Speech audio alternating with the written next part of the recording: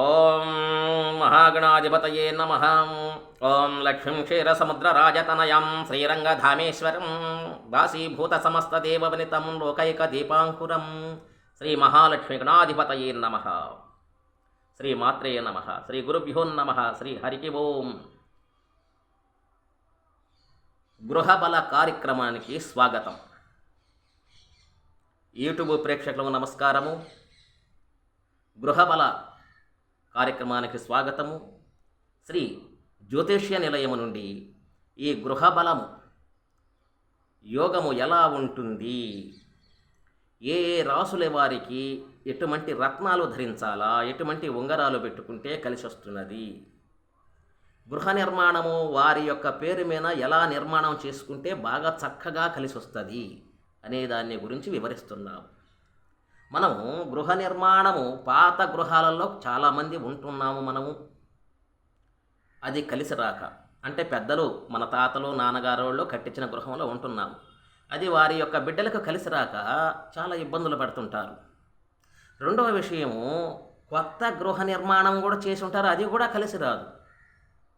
కారణం ఏంటంటే వాళ్ళ బేలుదారులు మేస్త్రులు నిర్మాణము వారి యొక్క మీద ఆధారపడి నిర్మాణం చేసుకోవటం, తెలిసి తెలియక నిర్మాణం చేసినప్పుడు గృహ కొలతలు, మనము గృహ నిర్మాణము చేసుకునేటప్పుడు అందరూ దాదాపు కృష్ణవాస్తుని ఫాలో అవుతున్నారు. కృష్ణవాస్తుని ఫాలో అవటం అనేది కరెక్ట్ కాదు. ఎందుకంటే పదాన్ని తీసుకుంటున్నారు.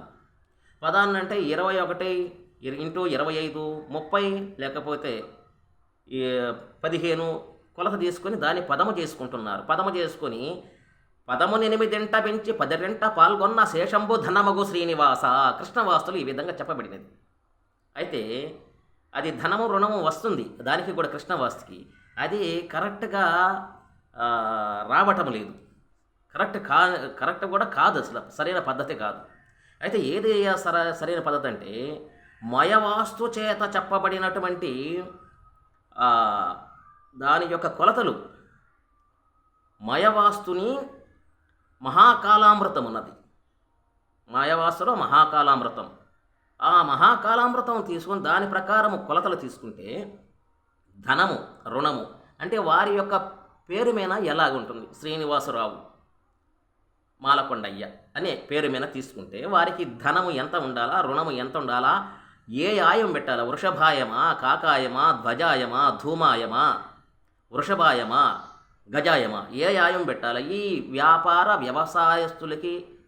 వ్యవసాయస్తులకి ఎటువంటి ఆయం పెట్టాలా, వ్యాపారస్తులకి ఎటువంటి ఆయం పెట్టాలా, ఉద్యోగస్తులకి ఎటువంటి ఆయం పెట్టాలా, తర్వాత ఆ గృహానికి ఎంత ఆయుష్ ఉంటుంది, ఈ యొక్క పేరు మీద ఎటువంటి ఏ ఆయువు కలిసి వస్తుంది, తర్వాత ద్వారబంధము నిర్మాణం చేసేటప్పుడు కూడా ఏ దిశలో వారి యొక్క పేరు మీద ద్వారబంధము ఎలా పెడితే బాగుంటుంది అనే దాని గురించి చక్కగా చేసుకొని పరిహారము చేసుకోవాలి తప్పకుండా. గృహ నిర్మాణం, గృహము గృహిణి ఆ రెండు బాగుంటే పురుషుడికి ఇంకా అతనికి రాజయోగమే ఉన్నట్టు అనుకోవాలి.